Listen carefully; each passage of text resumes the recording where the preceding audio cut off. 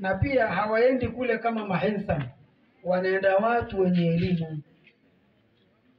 Kwa hiyo kama hilo limefanyika leo, nashauri tu wazazi wenzangu, hilo tuhakikishe tena hakuna udharura tena mwingine wamekata, ila leo tu tumswalie Mtume. Allahumma salli sallam.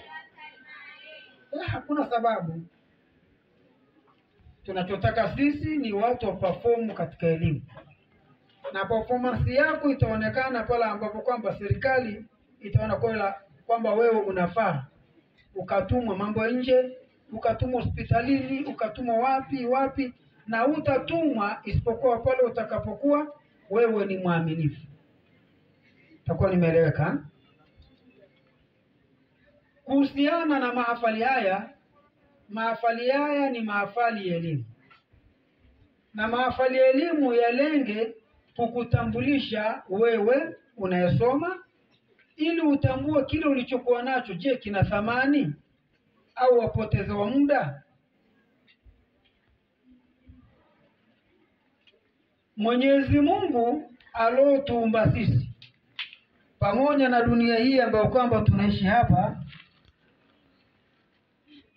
na uungu wake na pawa yake aliyokuwa nayo, lakini utawala wake Mwenyezi Mungu umekuwa bora kwa sababu anasifika yeye ni al-alimu, yeye ni mwenye ilmu, yeye ni mwenye elimu. Na mitume alowatumiliza kuja kuongoza jamii amewapa elimu. Na Mwenyezi Mungu huyu mambo yake hapa duniani yanaenda kielimu. Ash-shamsu wal-qamaru bihusban. Mungu anasema jua na mwezi vinakwenda kwa hesabu. Yaani jua na mwezi vinakwenda kwa nini? Kwa hesabu.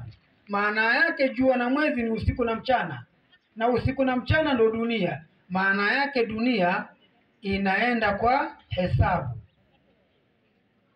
Ikiwa Mwenyezi Mungu mambo yake anayepeleka kwa mahesabu, wewe kwa nini uende kibubusa? Unafikiri utafanikiwa? La. Kwa mafanikio katika dunia ni elimu. Hata zile